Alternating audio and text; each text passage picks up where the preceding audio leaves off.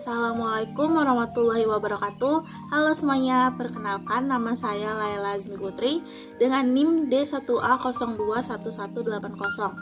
Pada kali ini saya akan menjelaskan bagaimana kedudukan sekretaris desa sebelum dan sesudah dikeluarkannya Undang-Undang Nomor 6 Tahun 2014 dan bagaimana juga implikasinya terhadap pemerintahan desa. Jadi, sebelum berlakunya Undang-Undang Desa yang sekarang ini, terdapat dua undang-undang terdahulu yang mengatur tentang pemerintahan desa, yang di dalamnya juga mengatur tentang desa, yakni Undang-Undang Nomor 22 Tahun 1999, yang kemudian digantikan dengan Undang-Undang Nomor 32 Tahun 2004. Kedua undang-undang tersebut menggabungkan peraturan mengenai pemerintahan daerah dan pemerintahan desa ke dalam satu bingkai undang-undang. Padahal antara pemerintahan desa dan pemerintahan daerah adalah dua hal yang sangat berbeda.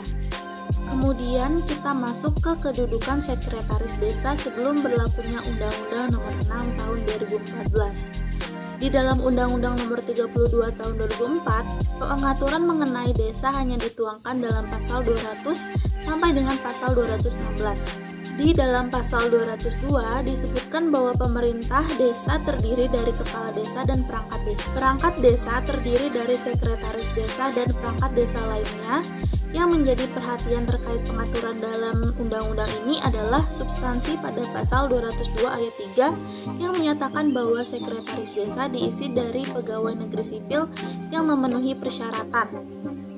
Sekretaris desa yang berstatus sebagai PNS sebagaimana dalam ketentuan pasal 202 ayat 3 Undang-Undang Nomor 32 Tahun 2004 ini berkedudukan sebagai aparatur negara, abdi negara, dan administrasi masyarakat. Setiap pegawai negeri sipil dituntut untuk memiliki kesetiaan dan ketaatan penuh terhadap negara. Kesetiaan dan ketaatan penuh tersebut mengandung pengertian bahwa pegawai negeri sepenuhnya berada di bawah pimpinan pemerintah serta diatur dan tunduk di bawah hukum publik. Selanjutnya, kedudukan sekretaris desa setelah berlakunya Undang-Undang Nomor 6 Tahun 2014.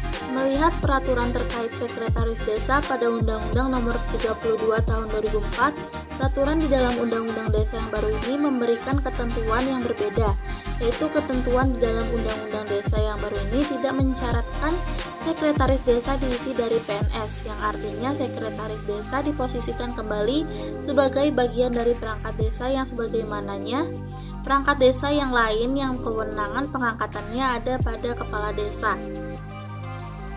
Selanjutnya yaitu implikasi kedudukan sekretaris desa dalam penyelenggaraan pemerintah desa sebelum dan sesudah berlakunya Undang-Undang Nomor 6 Tahun 2014 tentang desa. Sebagaimana telah dibahas sebelumnya bahwa setiap perubahan peraturan perundang-undangan membawa dampak atau implikasi perubahan kedudukan sekretaris desa dalam Undang-Undang Nomor 6 Tahun 2014 tentang desa juga membawa implikasi tersendiri. Yang pertama yaitu sering terjadi disharmonisasi antara kepala desa dengan sekretaris desa yang berdampak kepada penyelenggaraan pembangunan dan penyelenggaraan pemerintahan desa termasuk terhadap pelayanan masyarakat.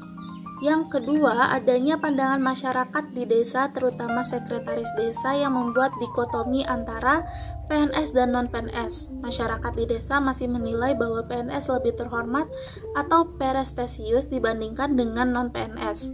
Pandangan ini merasuk juga cara pandang sekretaris desa terhadap kepala desa. Sekretaris desa memandang bahwa dia tidak pantas diperintah oleh kepala desa.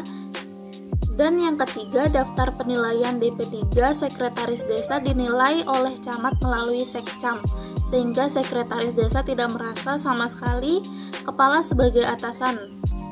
Kemudian yang keempat, pengangkatan sekretaris desa dilakukan oleh pejabat pembina kepegawaian yang berwenang dalam hal ini adalah bupati atau wali kota, mengusulkan ke gubernur untuk diangkat sebagai PNS. Nah, itulah beberapa penjelasan saya terkait dengan kedudukan sekretaris desa sebelum dan sesudah berlakunya Undang-Undang Nomor 6 Tahun 2014 dan bagaimana implikasinya. Sekian dari saya, kurang lebihnya mohon maaf. Terima kasih. Wassalamualaikum warahmatullahi wabarakatuh.